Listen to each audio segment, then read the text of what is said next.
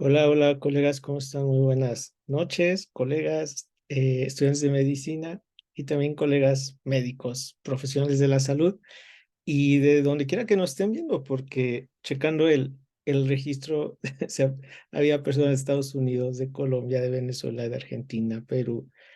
Considero que esta es la sesión donde vamos a tener más gente de varios países y bueno, ya nos daremos cuenta al final. Bienvenidos a esta sesión especial precongreso, recordándoles que el día sábado tenemos nuestro evento muy especial y planeado desde hace mucho tiempo, pero como es la vida, ¿no? Iba a ser presencial, ya nos estábamos preparando para recibir a todos los ponentes y organizar todo esto, ¿no? Porque vienen ponentes de nivel internacional. Y pues resulta que nos quedamos sin sede por lo que aconteció hace un mes en Acapulco.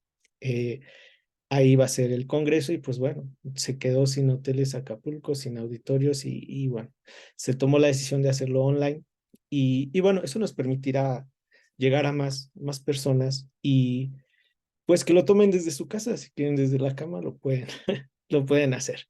Y bueno, terminando esta miniserie de clases que van enfocadas a diabetes mellitus, que es justamente el tema de nuestro congreso, es educación médica de diabetes mellitus tipo 2. Bueno, pues el día de hoy justamente vamos a tratar un tema pues controversial hasta cierto punto.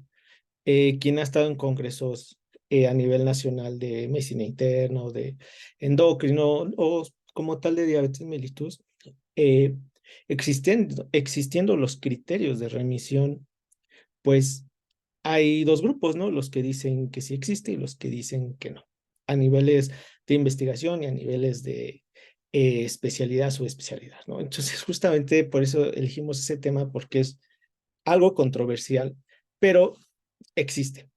Entonces, pues la clase se va a dividir en dos partes.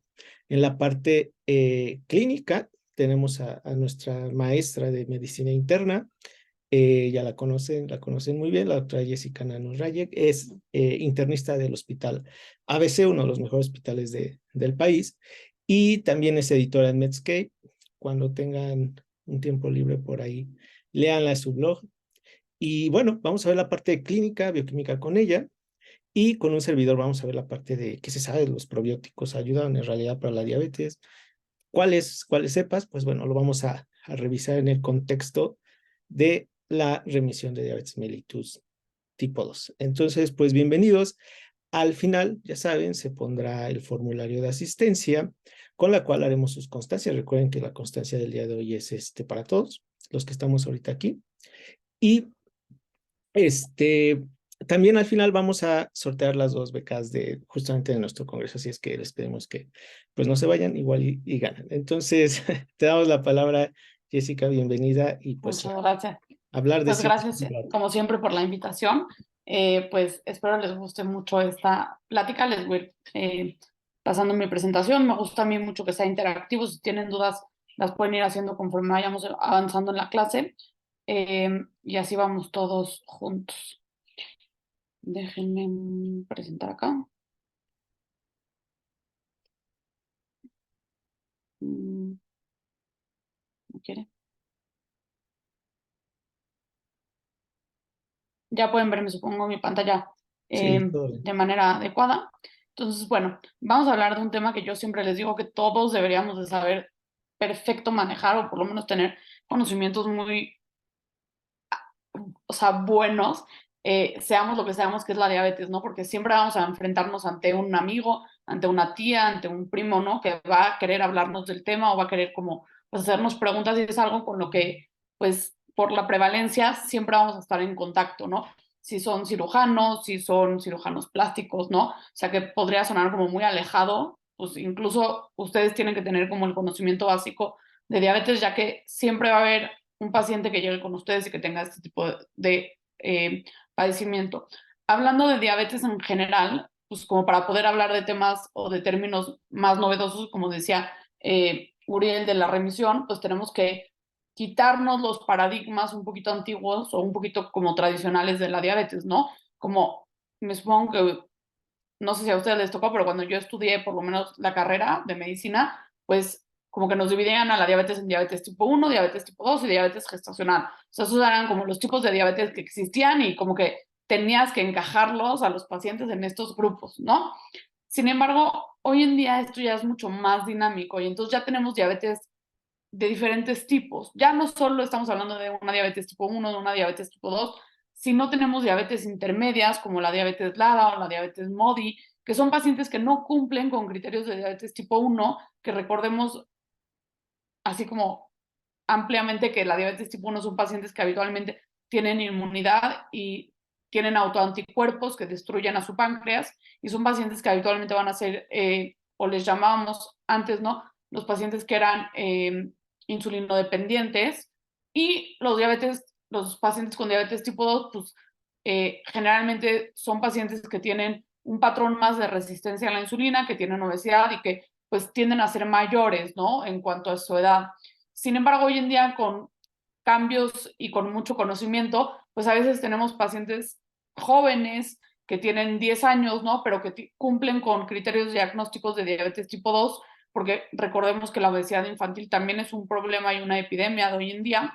Y tenemos pacientes que pues son jóvenes, pero no son tan jóvenes como los diabéticos tipo 1, ¿no? Que vamos a suponer que son jóvenes de 23, 25 años que no tienen obesidad, no tienen sobrepeso, pero pues como por edad tampoco cumplen mucho con el criterio como tradicional de diabetes tipo 1 y son estos como pacientes que entran como en estas como enfermedades intermedias. Otras cosas que también podemos tener son enfermedades exocrinas del páncreas, ¿no? Que son pacientes que pues no cumplen como con el criterio típico de diabetes tipo 1, que no tienen como autoinmunidad, pero que están teniendo problemas secundarios. Vamos a suponer que tuvieron un cáncer de páncreas y le quitaron el páncreas. Bueno, pues esos son pacientes que van a ser diabéticos y pues que no van a ser tipo 1 ni tipo 2, ¿no? Aunque sí van a ser insulinodependientes. Y también tenemos enfermedades autoinmunes secundarias a o desencadenadas por algunos virus. Obviamente el más famoso es el virus del COVID, que hoy en día tenemos, el SARS-CoV-2. Muchos pacientes desarrollaron diabetes autoinmune después de estar expuestos a el COVID y pues eran pacientes chance que tenían 50 años, que pues como que si no pensamos mucho, los hubiéramos encajonado en una diabetes tipo 2, pues realmente no les respondía estar ahí. Y obviamente la diabetes gestacional, que esto como que sí se quedó tradicionalmente. Entonces, la otra parte importante es que tenemos que ver la fisiopatología de la enfermedad.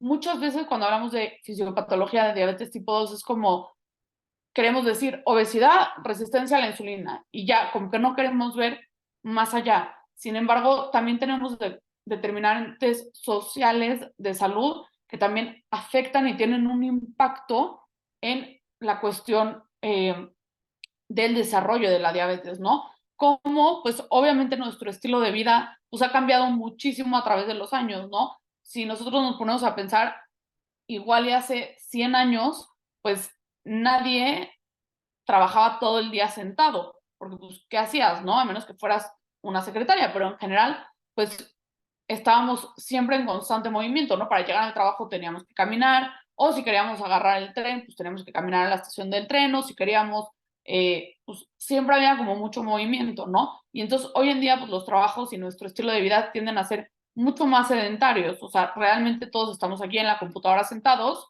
viendo esta plática. Y yo prácticamente pues toda la mañana estuve dando consulta y pues la mayor parte del tiempo estuve sentada, ¿no? Entonces, como que estos determinantes sociales de salud, pues se van modificando y hay veces que no podemos cambiarlos o hacer tantos ajustes, ¿no?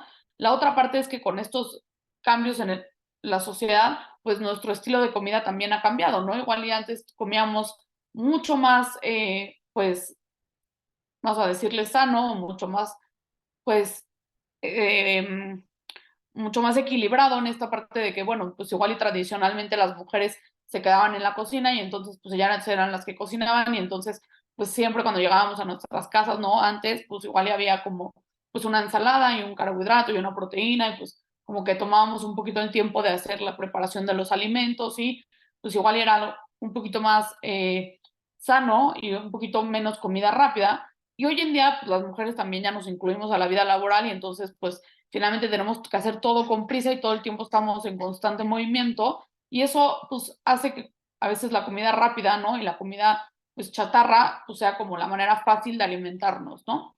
La otra parte es, obviamente, la parte del cigarro y la parte de nuestro mal estilo de hábito en cuanto al tabaquismo y otras cuestiones de salud que a veces son establecidas por los gobiernos, ¿no?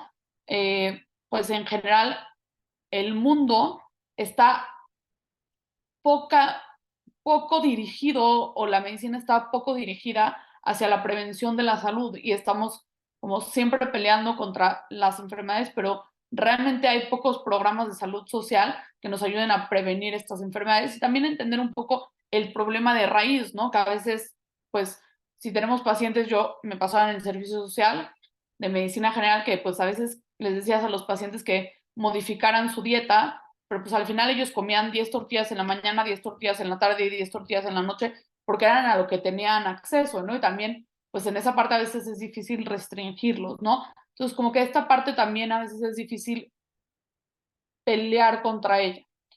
Y como les decía, pues esta es la evolución del ser humano, ¿no? Me gustó mucho esta imagen cuando la vi, pues entonces, antes, pues como de acá, tipo, cazábamos, ¿no? O sea, el cazar, pues generaba un gasto de calorías y pues perseguir a la presa y pues, o sea, lanzarle la lanza y pues finalmente nos fuimos volviendo mucho más sedentarios y fuimos moviéndonos mucho menos y fuimos siendo, pues mucho más sedentarios en todos los aspectos, o sea, en general nuestro estilo de vida, pues estos hombres de aquí de en medio pues no tenían la posibilidad de subirse un coche y entonces salir de su casa, subirse un coche, llegar a un lugar, subirse en el elevador y en el elevador subir un piso, ¿no? O sea, si tenían que subir a una montaña, pues la tenían que subir y no había como otras maneras de llegar fácil a eso, ¿no? Y no estoy diciendo que esté mal que tengamos esa facilidad, solo estoy diciendo que eso ha cambiado nuestro estilo de vida y eso finalmente ha cambiado nuestra genética y nuestra epigenética, ¿no?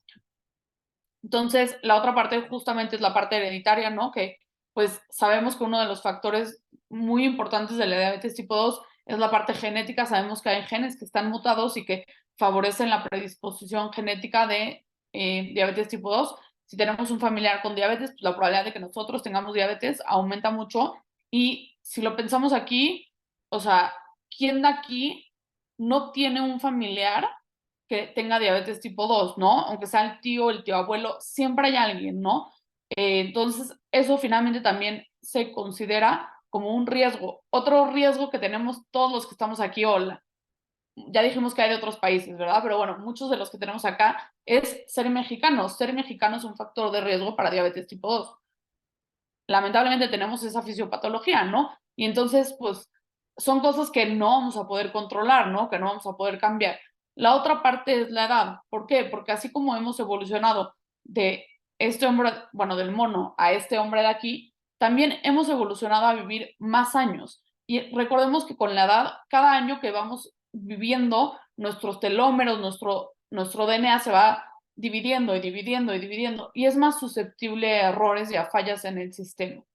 Y la otra parte es que tenemos que entender que no es la fisiopatología únicamente del páncreas o únicamente de el sistema endocrino pancreático, ¿no? Sino que tenemos que ver que es una fisiopatología mucho más compleja y que engloba o también tiene pues que ver el músculo en todas partes del cuerpo, el hígado, que tiene que ver la tiroides y que tiene que ver la grasa. Recordemos que la grasa es uno de los componentes más importantes de la fisiopatología de la diabetes tipo 2, ¿no? Y que a veces no la tomamos en cuenta. Eh, la otra parte es que podemos tener también alteraciones, como decíamos, en el páncreas y que el páncreas esté trabajando de más o trabajando de menos, que tengamos anticuerpos, como decíamos, en pacientes que tienen como diabetes tipo 2, ¿no? Que tengamos procesos donde, perdón, diabetes tipo MODI o LADA, que son intermedias, que tengamos procesos de autoinmunidad en este páncreas, ¿no?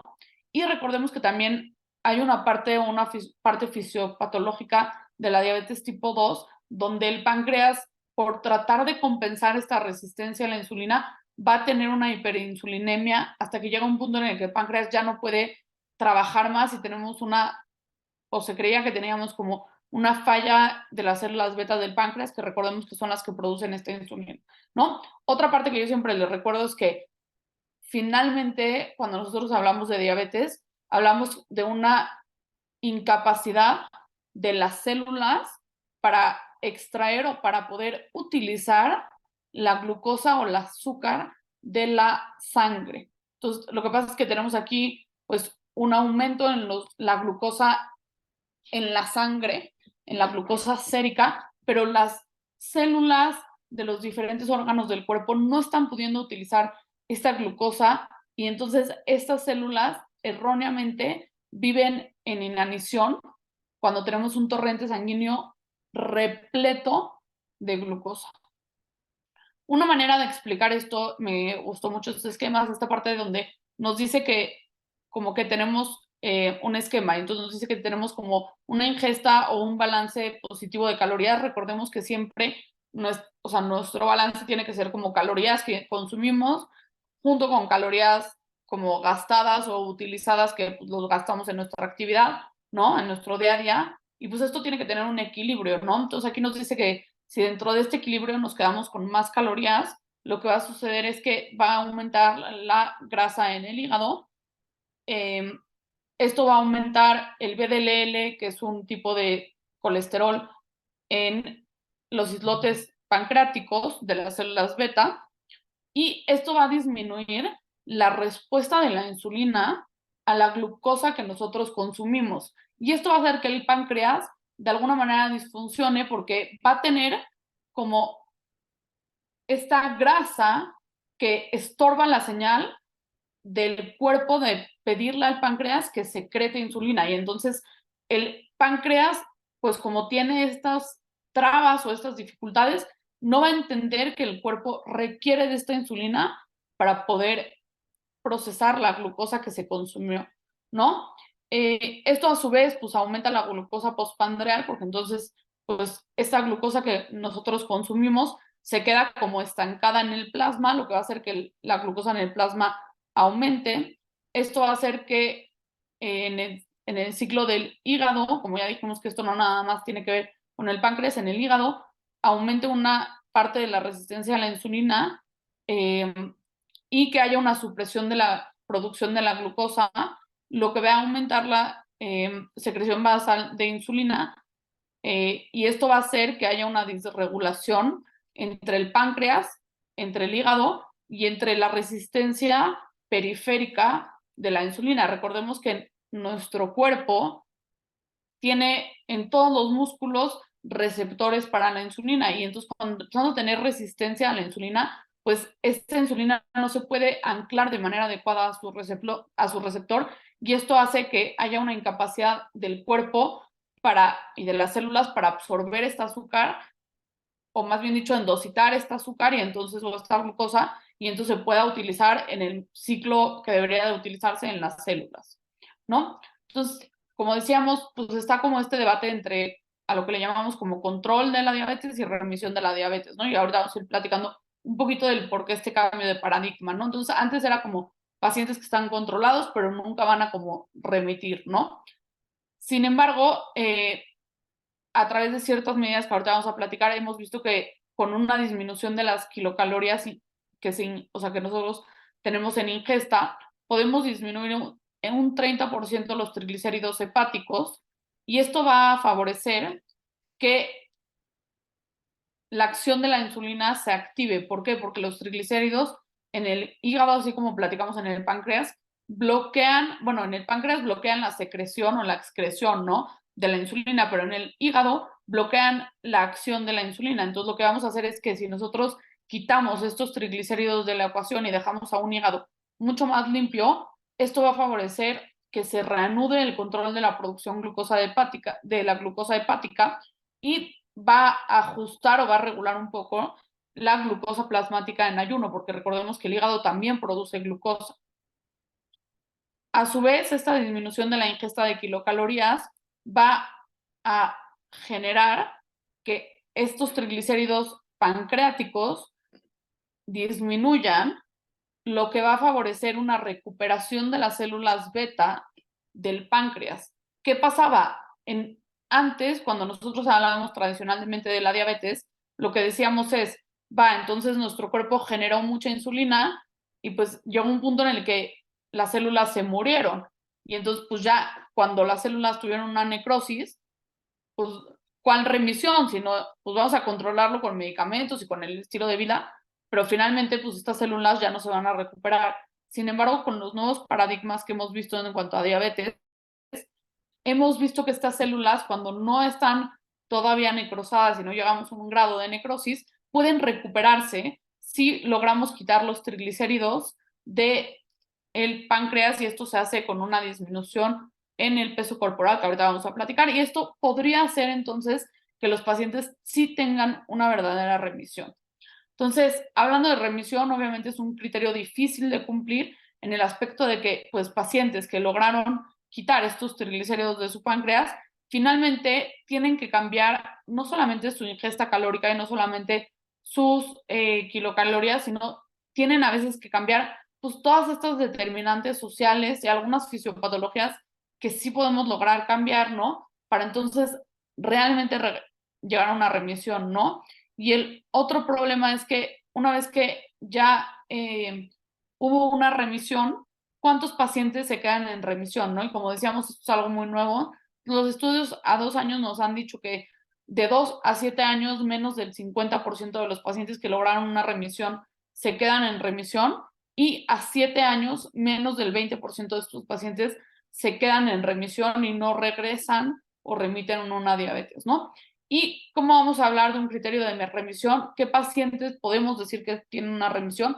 Pacientes que tienen más del 10% de la pérdida del peso, que puede ser mediante cirugía, mediante medicamentos para bajar de peso o mediante dieta y ejercicio, que es la mejor medida, que es muy difícil de controlar y de lograr, que tengan una hemoglobina glucosilada menor a 6.5%, que tengan una glucosa en ayuno menor a 126, que estos criterios se queden más de 3 meses estables y que estos criterios sean obviamente sin medicamentos, ¿no? Si tenemos un paciente que está con insulina subcutánea y que está con metformina, pues entonces es un paciente que está en un control, pero no está en una remisión, ¿no? Entonces aquí son pacientes que tienen que tener no medicamento, la pérdida del peso habitualmente es lo que les ayuda a llegar a esta meta, que tengan una hemoglobina glucosilada menos de 6.5, una glucosa en ayuna de menos de 126, y que esto sea eh, sostenible por más de 3 meses.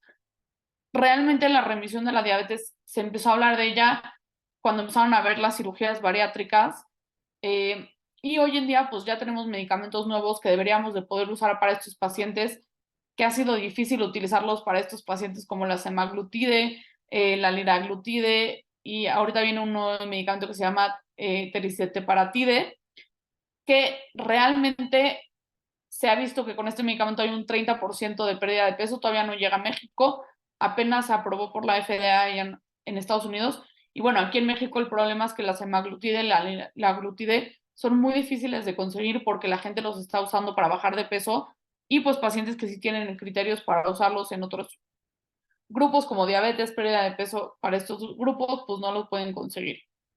Entonces, justo aquí los criterios de remisión de la diabetes tipo 2, de acuerdo a los consensos de la ADA del 2009, la ADA EASD, la Sociedad de Endocrinología y la Sociedad de Inglaterra del 2021. Aquí vemos como los dos criterios, este es el más actualizado, dice, desaparecen los conceptos de parcial, completa o prolongada en cuanto a la remisión, la hemoglobina glucosilada menos de 6.5, como ya le habíamos platicado, al menos 6 meses tras modificación del estilo de vida, o 3 meses tras suspender el medicamento farmacológico, o 3 meses después de la cirugía bariátrica.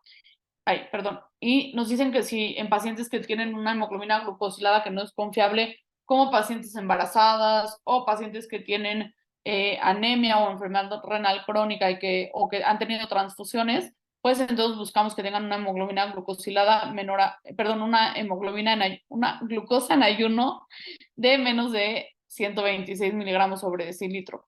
Y en la ADA del 2009 nos dicen que podemos hablar de una remisión parcial, que recordemos que estos criterios son más viejos, en pacientes que tienen una glucosa entre 100 a 125, una hemoglobina glucosilada menor a 6.5 y que ya lleven un año sin tratamiento farmacológico.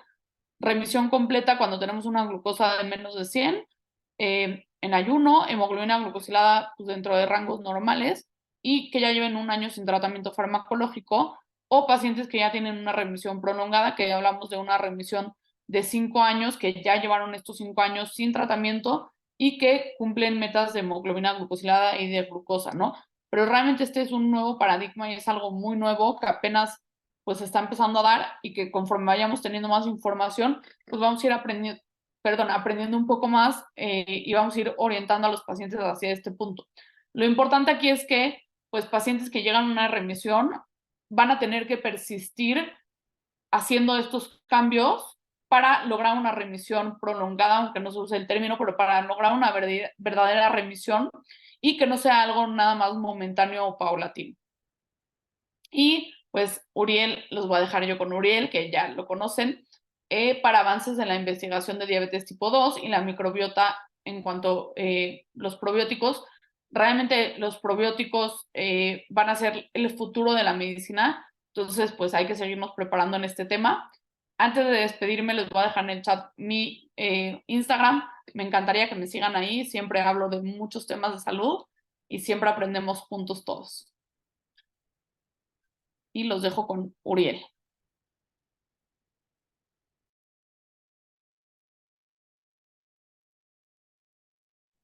Perfecto. Bueno, si quieres, yo comparto, Jessy. Perfecto. Bueno, pues ya escucharon la parte clínica, fisiopatológica de la diabetes bueno, de esta de la remisión de diabetes y la cuestión de la remisión, ¿no? Que si bien puede ser la primera vez que lo hayamos escuchado o llevemos algunos meses escuchándolo, es nuevo relativamente. Ya vieron que de los primeros consensos de la ADA en 2009 ya se hablaba de ello, ¿no? Desde 2009. El problema es lo que mencionaba la doctora, ¿no? ¿Hasta qué punto el paciente suspendiendo fármacos entra en remisión? Pero si se vuelve a descuidar, si el estilo de vida no cambia, evidentemente puede recurrir la diabetes, ¿no? Entonces, yo creo que estamos muy, muy cerca de un cambio en el concepto de muchas enfermedades. Imagínense, si la diabetes la pusieran como una enfermedad metabólica que se traduce en hiperglucemias crónicas, una enfermedad que puede ser o tender a la cronicidad, pero es recurrente. Entonces yo creo que ahí ya nos prendería el chip en decir, ok, nos puede volver a dar, pero bueno, nos puede entrar en remisión, ¿no? Entonces yo creo que desde los conceptos está mucho el tema en cuanto a si esto de la remisión existe o no. Pero bueno, vamos a ver la parte de justamente de lo que es tendencia, y es tendencia a nivel mundial, internacional, y tenemos que estudiarle y hasta cierto punto hacer investigación por nuestra cuenta, ya que hasta el momento, de ejemplo, en todo lo que es Latinoamérica no existe un programa tal cual de posgrado en cuanto a te prepara microbiota y probióticos. O sea, no existe como tal. ¿Por qué? Porque esto es muy nuevo. Entonces vamos a revisar un poco sobre este tema, esperando que les guste mucho. Y vamos a empezar con un concepto y con un mapa un poquito complejo, pero que nos va a resumir de alguna manera lo que la doctora Jessica nos habla. Tenemos en cuenta que la diabetes mellitus tipo 2, la A2 solamente, pues aparte de que es multifactorial, aparte de que tiene muchos factores de riesgo, pues bueno, sí hay ya puntos en los cuales los mayores grupos de investigación pues están de acuerdo, ¿no? El primero es que antecede a todo esto un estado de adiposidad crónico, es decir, una ingesta calórica excesiva conforme avanza el tiempo y el paciente pues sube de peso. Esos adipocitos que antes nos enseñaban, incluso los libros de histología nos decían que el adipocito era una célula de sostén, de aislamiento térmico, pero actualmente ya no es así, ya se considera cada adipocito una glándula endocrina, imagínense. Entonces eso nos cambia el panorama de muchas enfermedades que tienen como eje central justamente la adiposidad, ¿no? Conocemos el hígado graso no alcohólico, que bueno, en este año pues ya se hizo el consenso para que se hablara de cambiarle el nombre, en lugar de hígado graso no alcohólico, ya se llama hígado graso asociado a disfunción metabólica. ¿Ok? Eso salió hace unos meses. Y sabemos que pues hay grasa adipósitos en el hígado, ¿no? Que al final de cuentas nos puede generar una insuficiencia hepática con el tiempo, ¿no? Incluso llegando a ser irreversible. Sabemos que lo podemos ver con estudios de imagen, ultrasonido, el más específico para esto, pues bueno, es el FibroScan. Pero en cuanto a costos, pues bueno, aún es inaccesible para muchos pacientes, ¿no? Pero ¿qué pasa? Justamente lo que nos decía la doctora Jessica. ¿Esa grasa solo se va al hígado? Pues la verdad es que no. Aparte de que se va a la parte de tejido subcutáneo, a la grasa como tal visceral, pues bueno, también hay internalización de estos adipocitos a nivel pancreático, ¿ok? Entonces, si entendemos ahora el adipocito, y lo vamos a ver en el siguiente slide, como una glándula endocrina, imagínense, tenemos nuestro islote de Langerhans y tiene adipocitos alrededor, con un fenotipo proinflamatorio que nos genera una disfunción del ácido pancreático y no necesariamente, como nos comentaban, una necrosis.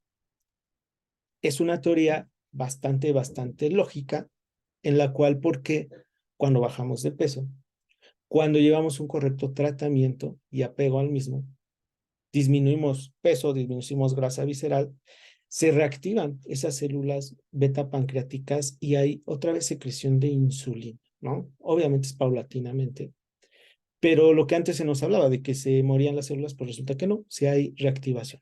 Entonces, ya se habla de esta enfermedad. A nivel histológico está demostrado y justamente en México estamos haciendo una investigación histológica por patología, justamente del páncreas graso, ¿no? Para ver cómo los pacientes con obesidad pues tienen páncreas graso y los de normopeso no lo tienen. Incluso hay criterios a nivel histológico que nos hablan, ¿no? El menos del 5% de grasa intrapancreática no es hígado, perdón, no es páncreas graso, pero si hay más del 20, hablamos de páncreas graso, ¿no? Vale la pena que vayamos a investigar este tema, ¿no? Entonces, hablamos aquí también de la obesidad y si ya sabemos que el tejido adipocítico puede cambiar un estado proinflamatorio, entonces imagínense, por eso nos decían nuestras clases de fisiopatología o de endocrinología, el estado de la obesidad o la enfermedad de la obesidad, pues justamente es un estado proinflamatorio sutil, pero crónico, ¿no? ¿Qué es eso sutil? Pues bueno, los adipocitos van a cambiar el fenotipo a fenotipo proinflamatorio, generar hormonas, interleucinas, generalmente proinflamatorias. Entonces, imagínense ese estado general que tenemos. Entonces, justamente este es un estudio que se hizo aquí en México donde nos están explicando la contextualización de cómo se cambia el fenotipo a fenotipo proinflamatorio de los adipocitos, pues no es muy difícil, simplemente se incrementa la ingesta calórica del paciente y se genera esa aberración del adipocito y lo llamamos ahora tejido adiposo blanco disfuncional. Es decir, está alterado. Recuerden que son células que tienen núcleo y que cambian su expresión genética. Entonces, nos va a dar inflamación mediado, miren, vean, todas las interleucinas, principalmente las que son las reinas de la proinflamación, ¿no? Tenemos la 1, tenemos la 6, el factor necrotumoral alfa, la leptina, resistina, proteína C reactiva, incluso la ultrasensible también, y todo lo que es antiinflamatorio está hacia abajo, ¿no? Interleucina 10, ejemplo. Perdón, creo que dije 10 anterior, ¿no? La 10 es antiinflamatoria.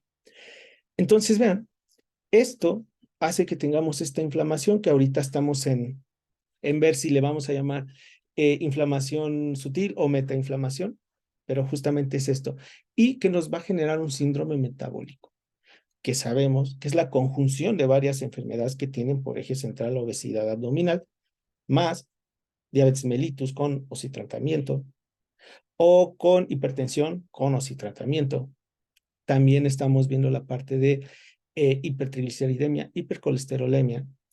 Y actualmente, y de hecho en el Congreso del día sábado, nos van a hablar sobre una nueva teoría de la sarcopenia como factor de riesgo para adiposidad y para diabetes mellitus tipo 2. Aunado a esto, también ya se va a meter el criterio del ácido úrico elevado con factor de riesgo para síndrome metabólico. Entonces, son como 6 enfermedades que comprenden este espectro del síndrome metabólico y el diagnóstico actualmente solo se debe hacer con obesidad central y uno más de los 5 que enlistamos. Entonces, regresando a este esquema, ahora entendemos por qué el adipocito aquí pues parece ser la causa de la diabetes mellitus tipo 2. ¿Por qué? Pues porque nos genera ese estado proinflamatorio multisistémico crónico, nos genera a nivel histológico, a nivel molecular, pues bueno, esa inflamación local en el páncreas y en los acinos, y lo que en la diabetes mellitus tipo 1 hablamos de un estado de perinsulinitis mediada por anticuerpos. Quizá es básicamente lo que pasa acá, pero en lugar de anticuerpos es generado por interleucinas y citocinas proinflamatorias, ¿no? Entonces, yo creo que es muy lógico pensarlo así, y estamos justo en el momento donde la investigación nos va a abrir los ojos ante estos nuevos conceptos que van a revolucionar justamente la medicina, ¿no? Y que nos pudieran ofrecer un horizonte más prometedor para nuestros pacientes. Entonces, teniendo esta introducción sobre los adipocitos disfuncionales que preceden a una ingesta hipercalórica crónica, pues bueno, hablamos justamente de la metainflamación, ¿ok? Esta inflamación crónica de bajo grado o lo que es multisistémica, ¿no? El estado proinflamatorio multisistémico. Y repito lo que muchas veces en clases de obesidad y diabetes decimos, ¿no? Cuando nos preguntan acerca de si la obesidad es una enfermedad o el sobrepeso, pues sí.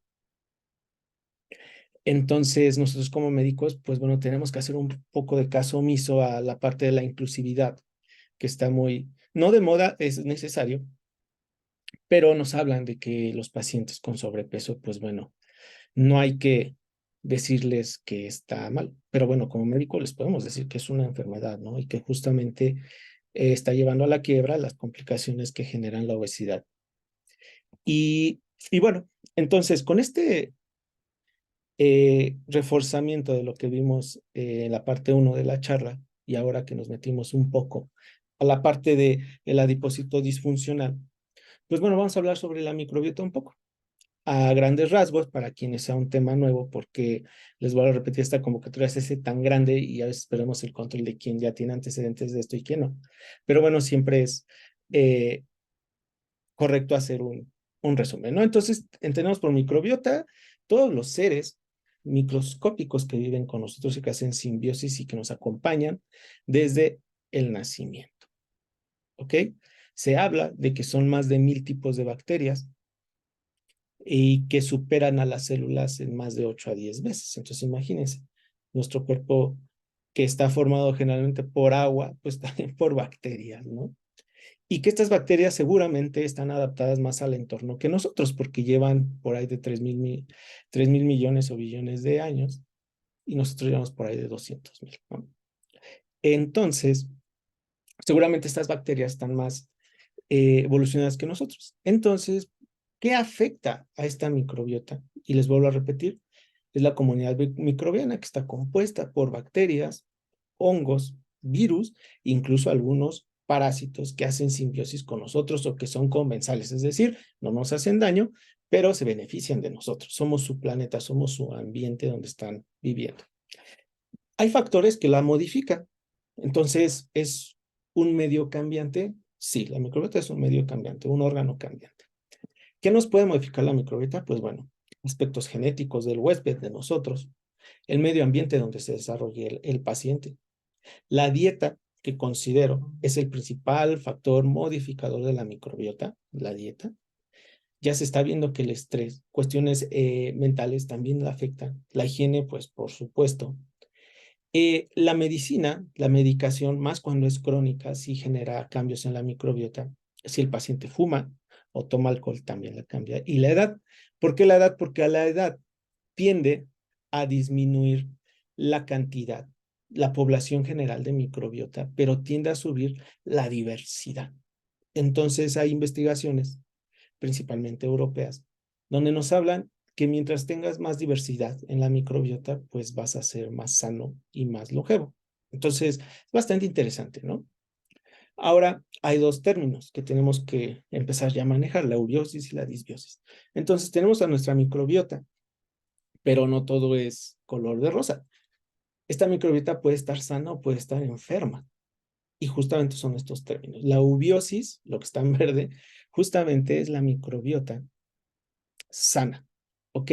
Donde las especies que son comensales eh, poblan más nuestro intestino y hacen que las bacterias patógenas o potencialmente dañinas estén reguladas.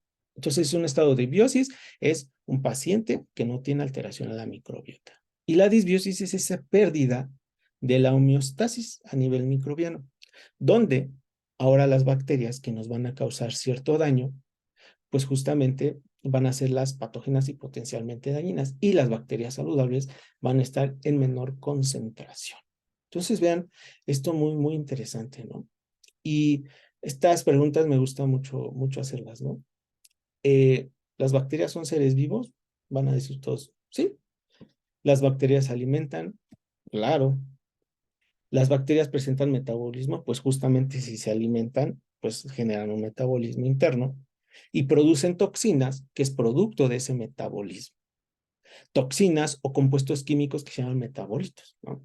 Entonces, estos metabolitos tienden a ser buenos o malos. Por eso se consideran ciertas cepas que son buenas o saludables o malas o potencialmente dañinas. Y ahí como la base de la investigación de los probióticos.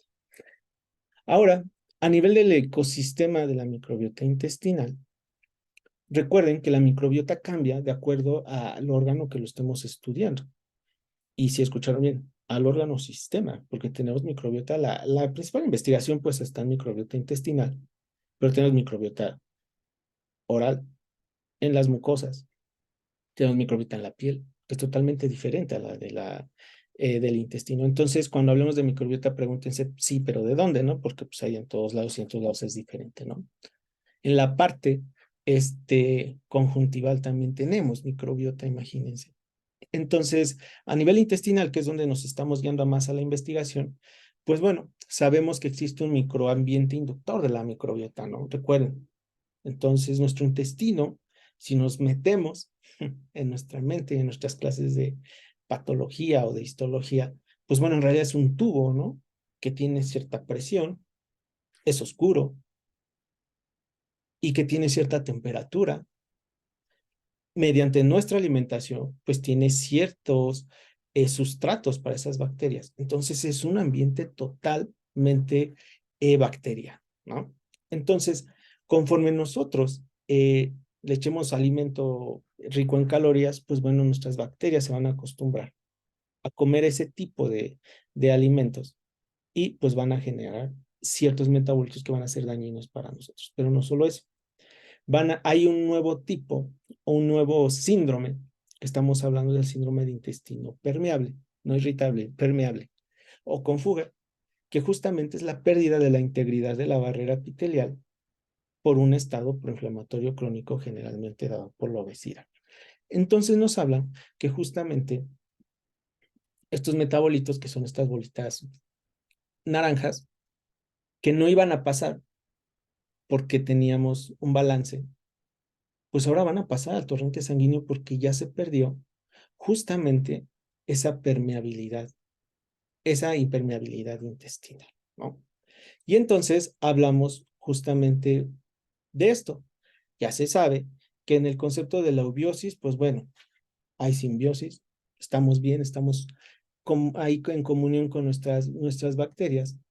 Hay balance de la producción de ácidos grasos de cadena corta, que tienen mucho que ver con la patología. Hay microorganismos antiinflamatorios, citocinas antiinflamatorias. Pero ¿qué pasa en disbiosis, no? Con un fenotipo de una persona obesa, pues ya tenemos a la disbiosis como tal.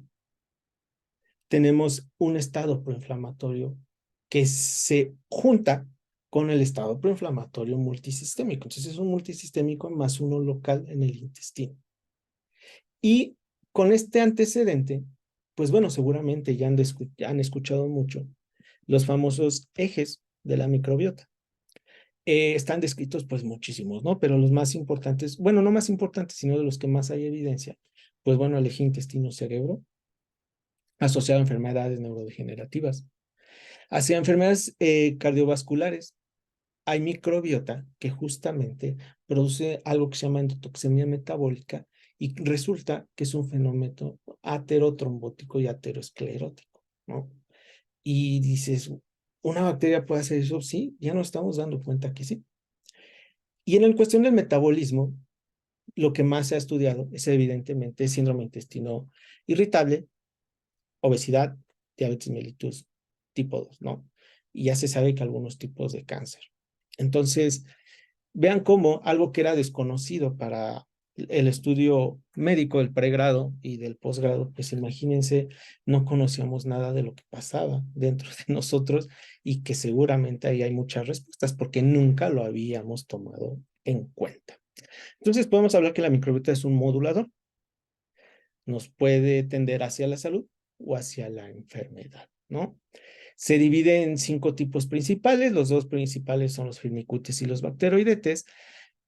Hace años se hablaba del radiofirmicutes bacteroidetes como indicador de una disbiosis o una obiosis, pero actualmente se sabe que ya no se debe manejar así porque no todos los pacientes lo respetan. No, no necesariamente si tiene más bacteroidetes es más sano. No pasa así. Entonces, solo se deja como antecedente, pero actualmente ya no se debe tomar el índice de firmicutes bacteroidete como indicador de salud o de enfermedad de nuestra microbiota. Ahora, un breve resumen sobre qué productos tenemos que nos pueden modificar la microbiota y que están hechos a base de microbiota. Tenemos los famosos bióticos, ¿no? Y les llamo bióticos porque les vamos a dar el prefijo justo de lo que es, ¿no? Un probiótico, un prebiótico, un simbiótico y un posbiótico. Estos son los productos que ya tenemos disponibles en el mercado, que para bien o para mal, considero un poquito que para mal, están como suplementos a nivel comercial en Estados Unidos y básicamente todo el mundo, en México también. Y por ello, a los probióticos del lado médico no le estamos dando mucha importancia, o no se le daba mucha importancia, ¿no? Porque decíamos, es un suplemento. Pero ahora ya se sabe que estos probióticos, prebióticos, simbióticos y posbióticos, ya tienen repercusiones clínicos y que los podemos medir mediante, pues, químicas sanguíneas, mediante la antropometría de nuestro paciente. E incluso el mismo paciente nos dice que se siente mejor. ¿Qué es un probiótico? La definición la dio la OMS por ahí del 2002, en el 2014 se dio la última, y bueno, nos habla que son microorganismos vivos, son bacterias vivas de ciertas cepas que ya se demostraron que nos generan un estado saludable en el paciente o que regulan ciertos procesos patológicos, ¿no? Entonces se resume a que confieren un beneficio al huésped y son bacterias vivas. Ese es el punto principal de los probióticos, son bacterias vivas. ¿Qué son los prebióticos? Bueno, pues ahora son fibras digeribles por la microbiota que el ser humano no pueda digerir. Ese es el principal concepto y el principal punto que tenemos que checar para que sea un probiótico, perdón, un prebiótico, que esa fibra los humanos no la podamos digerir, solamente las bacterias. Entonces, esta fibra es el alimento de esas bacterias. Conforme sea la calidad de esa fibra, pues evidentemente las bacterias se van a alimentar más sanamente, ¿no? Es muy chistoso, ¿no? Porque hasta parece que es lo mismo que le pasa al ser humano si se alimenta sanamente. Entonces, este prebiótico ya es fibra no digerible que está demostrado que es el alimento de cepas probióticas que nos dan beneficio al huésped. Entonces, ahí un prebiótico no tiene bacterias, simplemente es fibra generalmente vegetal. ¿Qué son los simbióticos? Pues bueno, a algún inteligente se le ocurre, pues, ¿qué pasa si en la misma formulación meto bacterias y meto también su alimento a nivel intestinal? Pues es más completo, ¿no? Pues en teoría sí. Las cepas bacterianas, justamente, que sabemos que dan un potencial de salud al ser humano, pero también le das su alimentación a esas bacterias. Entonces, esto es un simbiótico y está en la misma formulación, la combinación de probiótico y prebiótico. Y actualmente ya hablamos de los postbióticos. ¿Qué es esto? Pues si nos regresamos un poco, les decía yo que si las bacterias eran seres vivos, si comían, si tenían metabolismo y todas esas respuestas eran sí, pues ahora estudiamos la parte metabólica de las bacterias, ¿no? Y sabemos que hay metabolitos producidos por ellas, es decir, pues el producto del metabolismo. ¿Por qué? Pues porque comen, se duplican, tienen también reacción al medio ambiente, a su microambiente inductor. Entonces, estos compuestos químicos, que son metabolitos, que en realidad son los funcionales de toda la microbiota, ya sabemos qué bacterias producen cuáles. Y entonces, los posbióticos justamente es eso, el aislamiento de los metabolitos para que el ser humano los pueda tomar, ¿no? Entonces, es donde ahora nos hacemos la pregunta, ¿no es como si fuera un fármaco? Pues en teoría sí, pero sin la conversión hepática de biotransformación, porque estos ya actúan a nivel local intestinal. Y entonces es donde estamos viendo si los probióticos en realidad tenían que estar en suplementos o en fármacos, ¿no?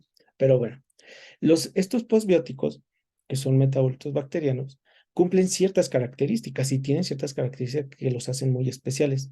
Tienen biodisponibilidad natural, es decir, pues si los producen nuestras mismas bacterias que están en nuestro intestino, pues ahí están, esperando a ser producidos.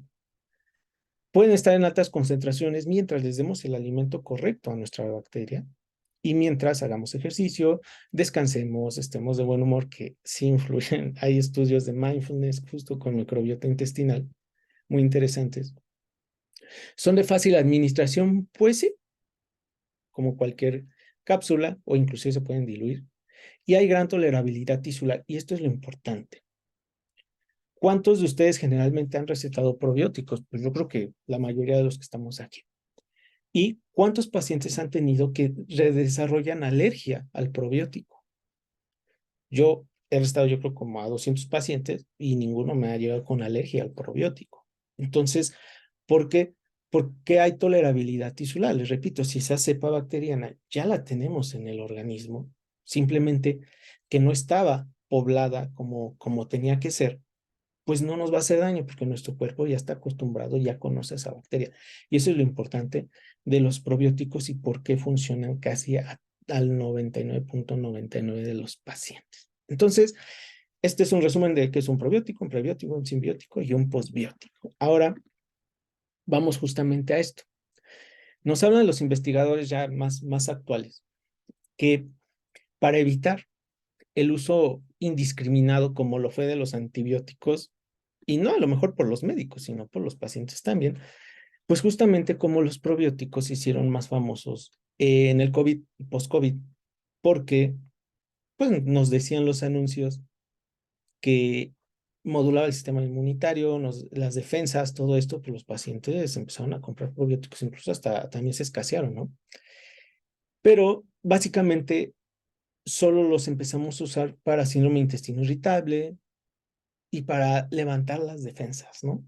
Pero resulta que no. Si ya sabemos que hay bacterias específicas para ciertas patologías, pues justamente tenemos que empezar a clasificarlas por su función, como antiobesogénicas, antioxidantes, antiinflamatorias, hipocolesterolénicas, antihipersensibles y inmunomoduladoras. Entonces nos quiere decir que los probióticos nos sirven para todo, como cualquier fármaco, ¿no? No vas a dar un paracetamol para una infección, tienes que dar un antibiótico, ¿no? Y no vas a dar un antibiótico para una fiebre, digo, o para un dolor, pues no funciona así, ¿no? Entonces, debemos de empezar a estudiar los probióticos que tenemos al alcance en el mercado, la cepa y justamente investigar para qué sirve, para que vayan bien dirigidos y no demos uno que ayuda a la motilidad intestinal a un paciente que tenga síndrome, por ejemplo, síndrome de intestino irritable con predominio diarreico, pues porque le va a seguir dando diarrea, ¿no? Entonces, tenemos que ver qué cepas, en este caso para la diabetes mellitus, nos generan sensibilidad a la insulina, nos disminuyen la resistencia a la insulina y nos disminuyen, pues, los laboratorios que nos generan los resultados de la diabetes, ¿no? Glucosa baja, bueno, que nos debe generar glucosa más baja, colesterol triglicéridos más abajo. Por eso ya los debemos de empezar a diferenciar y empezar a recetar como médicos, pues más responsablemente y con la evidencia, ¿no? Justamente es así. ¿Cómo sabemos para qué sirven? Pues bueno, nos debemos primero de meter a los metaanálisis que hay disponibles en la literatura internacional para ver si ese probiótico está probado o estudiado en animales o en humanos, ¿no? Recuerden que están en la parte de la regulación sanitaria, pues como suplementos, ¿no? Entonces, no generalmente están forzados a tener estudios con pacientes controlados en hospitales, porque son suplementos, pero ya hay grupos de investigación que sí lo están haciendo así.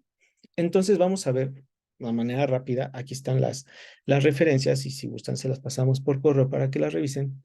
Pues se pusieron a estudiar qué cambia en la microbiota y en los marcadores del metabolismo, en este caso de la diabetes, la modificación de la dieta, los probióticos y los simbióticos. Y bueno, sabemos que la dieta debe ser el pilar fundamental del tratamiento de la obesidad y de la diabetes, y con el simple modificar la dieta podemos bajar de 8 a 12% del peso sin fármacos, sin nada más con la dieta.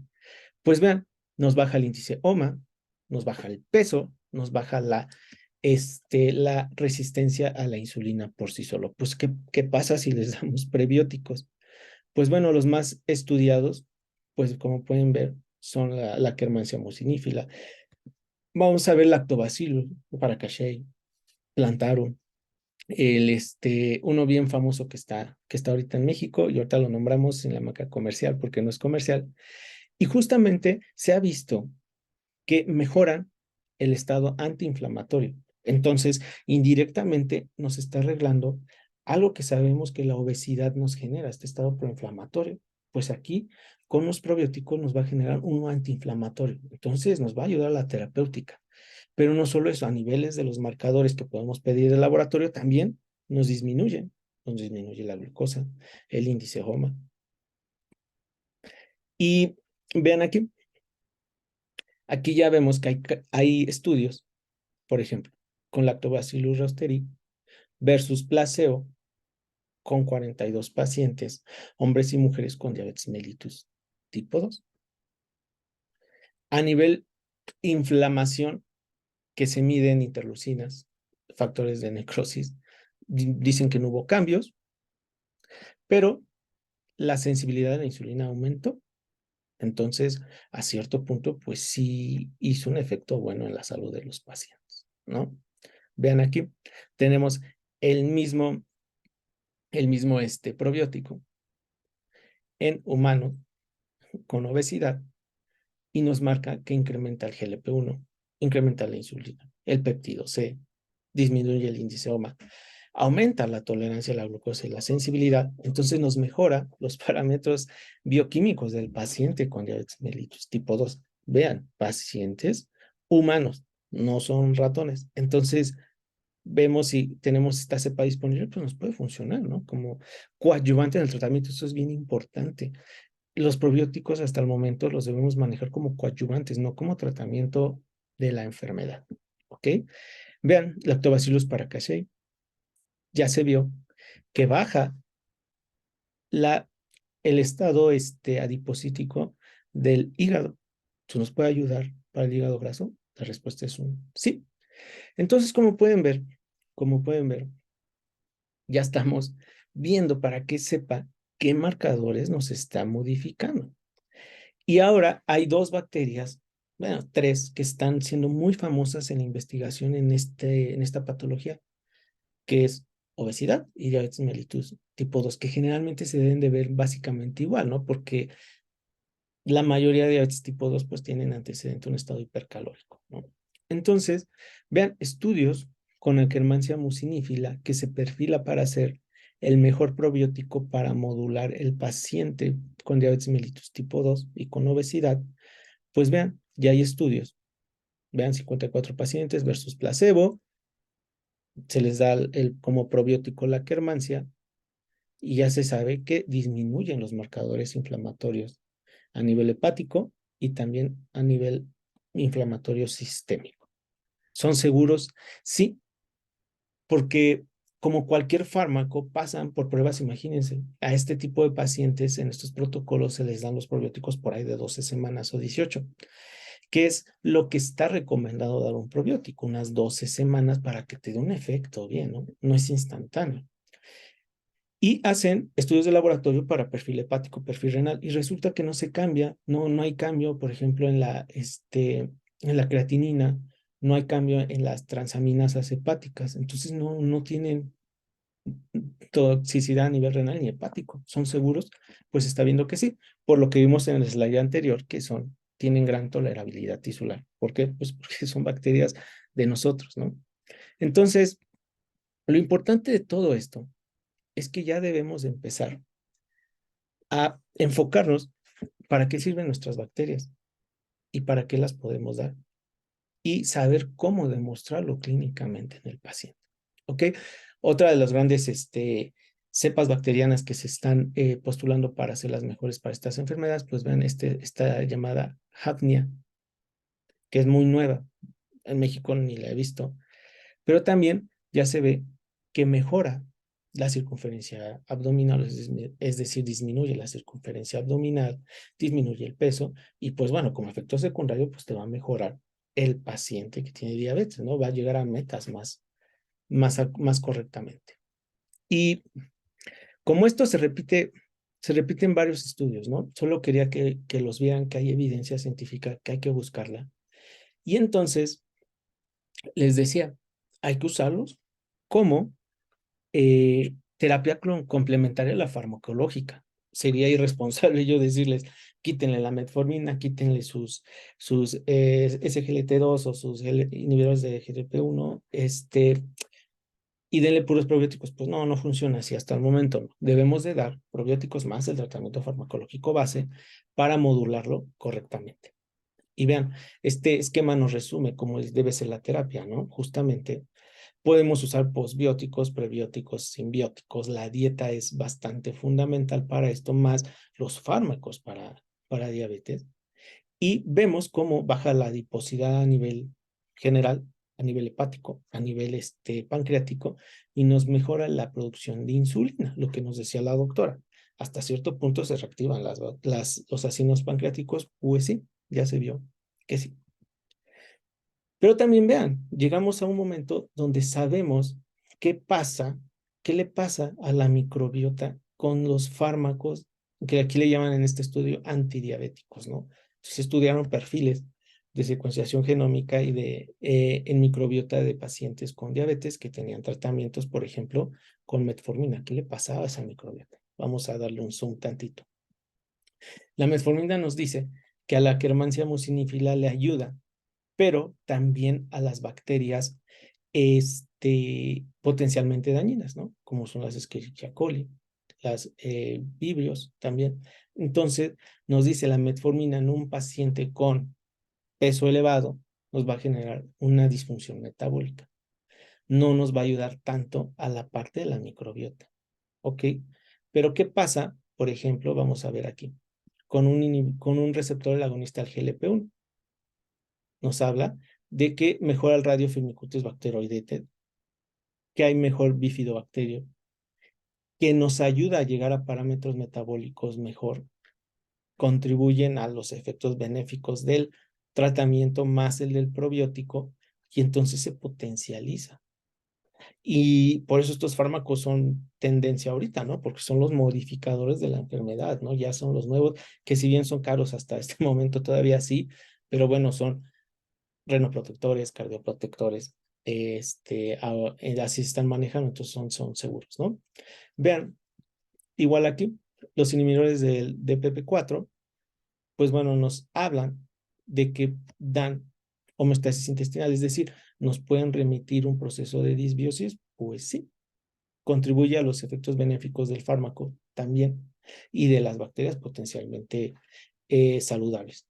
Entonces, vean cómo estamos llegando justamente a darnos cuenta que la microbiota también responde a los fármacos, ¿no? Y si nos vamos a otra enfermedad, actualmente los psiquiatras están recomendando ciertas cepas probióticas porque ya nos estamos dando cuenta que mejoran en cuestión de depresión y ansiedad a nuestros pacientes, que mejoran la respuesta farmacológica y se habla como un coadyuvante. ¿Por qué? Pues porque imagínense, más del 90% de la serotonina, para empezar, es del intestino, no es del cerebro, pues seguramente por ahí va el rollo, ¿no? Entonces, vean, no solo el estudio es para la diabetes y obesidad, bueno, es porque fue el tema, pero también se está estudiando para otro tipo de enfermedades, ¿ok? Entonces, a manera de resumen, cuando nosotros tenemos un estado de disbiosis de la microbiota intestinal, hay un cambio a nivel epitelial de nuestro intestino grueso y nuestro intestino delgado. ¿Ok? ¿Qué pasa? Nos enseñaron pues que tenemos un epitelio, que el epitelio está formado por más de 12 células, ¿no? Entre las cuales tenemos pues las absortivas, las caliciformes, las de Panet, las enteroendocrinas, la neuroendocrina, las productoras somatostatina, tenemos un montón, ¿no? Pero también las células caliciformes producen moco o mucina, ¿no? Entonces tenemos una barrera que es física, química y metabólica. En un estado de eubiosis, tenemos a nuestra microbiota, pues que es sana. Y vean, nuestra capa de moco, porque es incorrecto decirle a la mucosa, ¿no? Porque en realidad la mucosa es esta. La capa de moco tiene cierto grosor que nos hace que sea protector y que no pasen bacterias o productos de bacterias malas al torrente sanguíneo. Vean, esto se supone que aquí ya es torrente sanguíneo, entonces imagínense que es un vaso sanguíneo. ¿Qué pasa cuando hay disbiosis? Pues bueno, esta capa de moco se empieza a hacer más delgada. Y no solo eso, con ciertas mediadores inflamatorios y los ácidos grasos de cadena corta. También, ¿qué pasa? Nos abren estas uniones estrechas. Recuerden que estaban amarradas nuestras células a nivel intestinal con las ocludinas, con las adesinas, caderinas. Pues bueno, estas moléculas proinflamatorias las van a empezar a abrir y ahora va a haber una permeabilidad intestinal donde van a pasar metabolitos que no tenían que pasar, toxinas que no tenían que pasar, incluso hasta bacterias. ¿Ok? A esto se le llama el síndrome de intestino permeable. ¿Por qué se los muestro? Pues porque se sabe que la principal reguladora del intestino permeable es la Kermansia mucinífila. Resulta que la Kermansia mucinífila produce un metabólito que induce a la célula caliciforme a producir moco y a restablecer la barrera epitelial, perdón, de moco a nivel intestinal. Entonces, es una gran ayuda para este tipo de pacientes. Algo importante, el 99% de nuestros pacientes que tienen obesidad tienen disbiosis intestinal. Hasta el momento no hay criterios para diagnosticarlo, todavía no se encuentra en el Catálogo Internacional de Enfermedades, pero sí hay síntomas, ¿no? Que haya distensión, que haya diarrea, que haya estados de hiperglucemia, que tengas sobrepeso. Generalmente, pues claro, le estás dando a tu cuerpo y a tus bacterias hipercalorías, generalmente pues carbohidratos, grasas, y las bacterias que se alimentan de eso son las que se están produciendo más. Entonces, por eso tienes disbiosis, ¿no? ¿A qué voy con esto? Pues justamente en el último slide lo vamos a resumir. Hay una pregunta que seguramente si no hubiera puesto este slide la harían, o no sé si ya esté en el chat, que es, pues, ¿cómo sabemos qué probiótico dar para qué patología, no? Entonces, esta es una mini guía que he estado haciendo durante este año para de alguna manera recetarlos inteligentemente. Y primero debemos checar que estén regulados, ¿no? Que estén con su permiso de COFEPRIS, que estén regularmente todos los fármacos que están en las cadenas comerciales, pues bueno, ya están aprobados. Eso es importante, ¿no? Para saber de dónde vienen y que no nos estén dando placebo, ¿no? De ahí debemos de individualizar qué grupo o qué cepa bacteriana es para qué tipo de paciente, o qué probiótico y prebiótico dar, o qué simbiótico, ¿no? No a todos los pacientes hay que darles prebióticos, no a todos simbióticos, no a todos probióticos, depende de qué le falte. Les pongo un ejemplo, tenemos un paciente a lo mejor con intestino permeable, perdón, con intestino irritable, pero es un paciente que come adecuadamente, incluso que es hasta vegetariano. ¿Ustedes creen que le haga falta fibra? Pues no, entonces no le den prebiótico, denle probióticos, ¿no? Porque si tiene prebióticos que él mismo come. ¿Ok? Entonces debemos conocer las cepas bacterianas que tienen estos productos para saberlos recetar correctamente. Ya vieron que los podemos dividir antiobesogénicos, inhibidores de la absorción de grasas, todo esto. Entonces, así los podemos empezar a recetar. Revisar que tengan estudios fase 1, 2, 3 de cada cepa, como los que vimos anteriormente, que ya hay estudios con humanos. Agruparlos por patología, para qué nos sirven. Y lo más importante, usarlos como coadyuvante, no como terapia base de los pacientes. ¿Ok? ¿Cómo hacemos esto? Que estén regulados. Si están regulados por FDA y COFEPRIS, ya la hicimos. Sabemos que tenemos ya buscadores internacionales de bibliografía, como lo es PubMed, donde ya hay todas las revistas indexadas y con cierta seriedad científica. Entonces podemos poner la cepa que ustedes quieran en PubMed y se ven sus 1000 estudios que tengan al respecto. Para eso sabemos para qué sirve cada cepa bacteriana, ¿no? Y entonces yo les recomiendo que usen su tratamiento base y den este tipo de suplementos. Porque, para conclusión, este artículo se me hizo muy interesante el año pasado que lo leí y nos hablaba de que regularmente, bueno, no regularmente, siempre, pues damos solo el tratamiento para la patología, que en este caso es diabetes mellitus tipo 2. Pero si nuestros pacientes tienen disbiosis de la microbiota intestinal, hay que arreglar también esa disbiosis y mandarla a eubiosis. Entonces, ¿por qué debemos de dar también probióticos, prebióticos, simbióticos, más el tratamiento de tu patología? Y ahora vas a estar curando las dos, ¿no? O tratando las dos. Porque hablar de curación de diabetes mellitus tipo 2, pues me estoy metiendo en un rollote, ¿no? Hablemos de remisión. Pero ya vieron por qué suman los efectos terapéuticos, porque estás tratando las dos enfermedades. La disbiosis de la microbiota intestinal, tu diabetes mellitus, y entonces vean, arregla lo que está mal de la microbiota, potencializa el fármaco, y ahora que tenemos, pues tenemos un control de glucosa más adecuado. Se protegen las células beta e incluso hay esa reactivación. La barrera de moco del intestino se restablece y hay reducción de las citocinas proinflamatorias y hay más antiinflamatorias. Entonces, vean, es una manera inteligente de ahora tenemos una estrategia nueva de nuestro paciente darle también probióticos junto a sus fármacos modificadores de la enfermedad que le demos a nuestros pacientes. Entonces, espero que ahora nos hagamos una pregunta muy interesante. ¿Qué pasaría si a nuestros pacientes que logremos que entren en remisión de diabetes mellitus tipo 2, ya sea 3 meses a 6 meses, recuerden los criterios? El punto es que ya tienen criterios de remisión, su hemoglobina glicada bajo, ya no tiene hiperglucemias, bajo de peso el paciente, come mejor, entró en remisión. ¿Qué pasa si quitamos el tratamiento, pero seguimos dejando los probióticos que nos mejoran esos parámetros clínicos y bioquímicos? Seguramente la remisión dure mucho más tiempo y hablemos de una remisión permanente, ¿no? Se los dejo ahí como idea para nuestros estudiantes que quieran investigar algo, que estén buscando de qué hacer su tesis. Seguramente ese sea un muy buen tema de lograr el estatus de remisión permanente con probióticos. Yo creo que por ahí es la clave. Claro, siempre modificando el estilo de vida del paciente. Entonces, pues bueno, si tienen preguntas para la parte 1, la parte 2, los estaremos escuchando.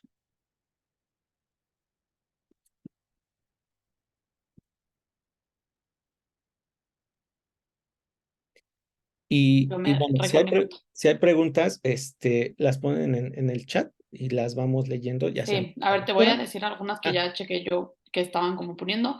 Me preguntaron a mí si tengo algún paciente en remisión. Actualmente no, la verdad es que es muy difícil incluso a veces lograr que los pacientes tengan un adecuado control con todos los medicamentos y como para tener algún paciente en remisión es complicado. Entre más rápido sea el diagnóstico, que recordemos que habitualmente el diagnóstico de diabetes tipo 2 tiende a ser tardío, entre más rápido pues es mucho más fácil llegar a tener un adecuado control y esto pues poder pensar en una remisión, ¿no? El otro día me preguntaban un poquito que como que qué pacientes valdría la pena meter en remisión. Bueno, un paciente que ya está controlado y que realmente tiene glucosas por debajo de su meta con el medicamento, pues un paciente que posiblemente podrías intentar, ¿no? Quitarle el medicamento y ver cómo responde. Y la otra parte que es muy importante, que igual estuvimos platicando, es esta parte de como en toda la medicina hay factores que son modificables y otros que no son modificables. Entre más factores modificables tenga el paciente, más potencial tienen de tener una remisión o de tener un control, ¿no? Si tenemos un paciente que tiene una obesidad grado 3, que aparte tiene mucho sedentarismo, ¿no? Pues es un paciente que tiene mucho más probabilidades de alcanzar una remisión o un mejor control a comparación de si tenemos un paciente joven, que pues no tiene tanto sobrepeso, que su estilo de vida es bueno y que los factores que más predominan en él pues son factores genéticos o hereditarios, ¿no? Algunas malformaciones genéticas, que eso va a ser como mucho más difícil de controlar. Otra pregunta que nos hacían a los dos, Uriel, es si sabemos algo del uso de vinagre de manzana como para control de diabetes o como para control glucémico. La verdad, yo no he leído mucho de esto, a pesar de que sí, a veces me meto en temas como, pues un poquito alternativos. Realmente no es algo que haya leído, pero no sé si tú sepas algo. Sí, no, bueno, no está demostrado como tal. Recuerden que la parte de los líquidos, vinagres, alcoholes, al final de cuentas, no pueden ser considerados probióticos, porque la definición es que sean fibras no Sí, digeribles. Y entonces, vinagres no entran en la parte como probiótico, ¿no? Se creía que aumentaba el proceso de fermentación a nivel intestinal, pero no, no es así. Mejor denle prebióticos al paciente. Habla, y seguramente preguntarán de los famosos búlgaros o de no, los fíjate que no, pero también es un ¿no? buen tema, Así es. ya que te metiste ahí. Sí, se sabe que no generalmente es así el dar este tipo de alimentos porque ¿cómo podemos controlar la calidad y la concentración de lo que estamos tomando, ¿no? Es Claro. imposible saber. Entonces, mejor vámonos a lo que sí nos dicen, tiene 5 millones de unidades formadoras o 5.000 millones de unidades formadoras de colonias, ¿no? Ah, bueno, ya sabemos cuál fue la dosis. Entonces, yo creo que por ahí debemos de empezar. Que justo yo ahí como que me gustaría como hacer algunos como puntos que durante tu plática me vinieron a la mente.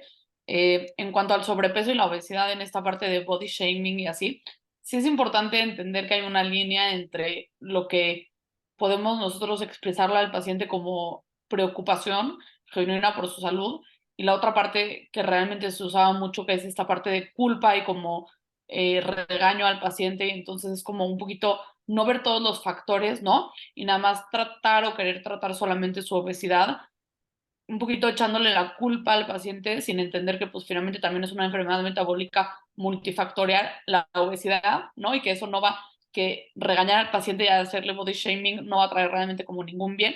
Sí explicarle un poco que obviamente los riesgos que conlleva este sobrepeso, ¿no? Eh, la otra parte, como que platicábamos, que siempre vivimos con estas bacterias, pues justo, o sea, muchos de nosotros hemos visto el aumento en infecciones por clostridioides, ¿no? Que vienen finalmente de esta desregulación o esta alteración en nuestra microbiota, una disbiosis, como decías tú, una disbiosis en nuestra microbiota. Y justo tener mucho cuidado también en el abuso de antibióticos, en el abuso de omeprazol o de IVPs, porque finalmente estos también generan mucha alteración en nuestra microbiota y favorecen como algunas patologías. Y la otra parte que ahorita como que entramos un poquito es esta parte difícil de decir cuál probiótico usar, porque realmente hay tantas bacterias, hay tanta diferencia en el mercado de cuánto cantidades, ¿no? Y como que a veces creemos que el que tenga más cantidad, pues como que es el mejor y no siempre es así. Y eso hace como que nuestro conocimiento sea mucho más difícil, ¿no? O sea, como que en medicamentos es muy estandarizado que las dosis de paracetamol son 500 a 1000 en adultos, a todos los adultos, ¿no? Y como que las presentaciones que encontramos como que tienden a ser de este tipo, ¿no? Pero aquí pues hablamos de como algo que todavía no está tan regulado, que todavía no está tan estandarizado y eso hace que sea muy complicado llegar como a un consenso, ¿no? Ujú. Sí, sí, justo. Y justo es esa necesidad de generar programas de actualización enfocados a los probióticos, ¿no? Para que expertos Claro. nos hablen de qué, nos preguntan ahorita, ¿no? Que sepa es la mejor para este tipo de pacientes? Pues justamente es lo que se necesita en la investigación, ¿no? Ver la cepa para ese tipo de pacientes que mejora, ¿no? Se habla de que los lactobacillus más comunes, como son el Cachei, Paracachei, Fermentum plantarum, nos generan mejores respuestas a la resistencia a la insulina.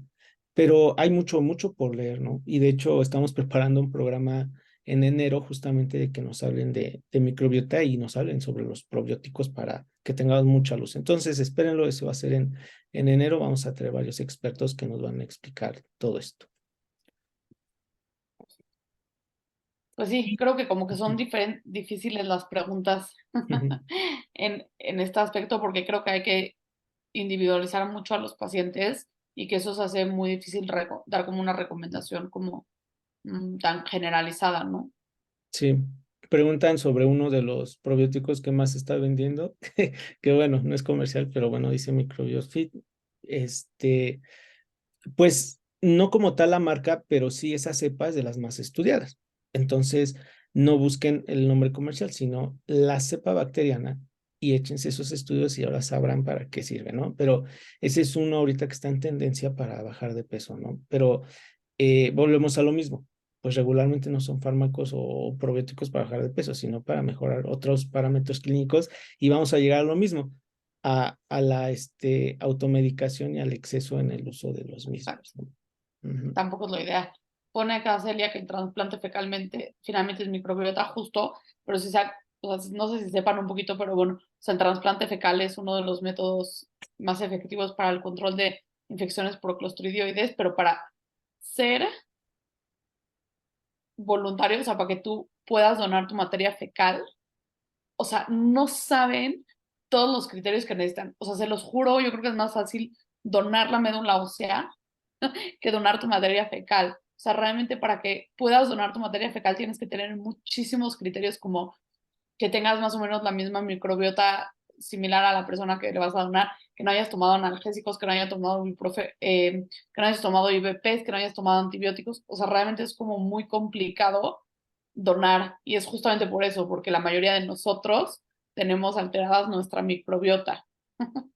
Sí, así es. Es un tema que sin duda vamos a generar un programa para que todo este grupo seamos los picudos a nivel nacional en el manejo de estos probióticos. Y Y bueno, hay evidencia, no es una ciencia ahí oculta, la verdad es que sí hay mucha información, solamente hay que agruparla por patología y ver que está disponible en el mercado, ¿no? Porque qué tal si hay estudios demasiado prometedores en Europa con una cepa que ni siquiera está en América, dices, bueno, pues ¿cómo Ah, la consigo, no? Entonces, ahí podemos hablar. Y nos hay una pregunta de las últimas que hablan sobre la quermancia y los polifenoles. Bueno, los polifenoles está hasta cierto punto sí entran dentro de la parte de los probióticos, porque la mayoría de polifenoles los encontramos en frutos y en vegetales de hojas verdes y también los frutos que tienden a lo rojo y a lo morado. ¿Qué tiene de importancia esto? Bueno, pues hay un investigador en Harvard, el doctor David Sinclair, que se encarga a estudiar de la senescencia celular, es decir, el envejecimiento celular. Bueno, él se da cuenta de que estas frutas rojas, por ende, el vino tiene muchos polifenoles, justamente porque son como vacunas naturales de esas frutas, responden a la radiación del sol y ese color hace que se proteja la fruta y entonces de ahí sacan los polifenoles. Entonces, sí ayudan mucho los polifenoles porque se ven que también bajan los ciertos marcadores de inflamación. Entonces, pero lo mismo, polifenoles es un grupo vasto de sustancias químicas, o sea, hay que estudiar la sustancia química, ¿no? Y a ver qué más por acá hay. Bueno, pues ya vimos que este tema les gusta un montón. Vamos a meter en el curso de microbiota de enero especializado en obesidad, especializado en diabetes mellitus, en resistencia a la insulina para que tengamos un poco más de luz, porque cada pregunta yo creo que es una clase que podríamos dar. sí, era lo que te iba a decir. Este tema tan... Incluso más. Sí, sí, sí. Pero bueno, nos vamos con que existe el término remisión, donde que existen más estrategias terapéuticas que funcionan como coadyuvantes y que estamos ante la era, ¿no? Nos hablaban sobre qué va a pasar cuando no tengamos antibióticos que puedan matar las bacterias, pues seguramente usemos probióticos que las medien ahí a nivel local los procesos infecciosos, ¿no? Para allá va la ciencia y pues nos tocará en algunos años verlo o décadas, pero hacia allá vamos. Y Efecto. sí, y bueno, les voy a dejar en el chat. Déjenme,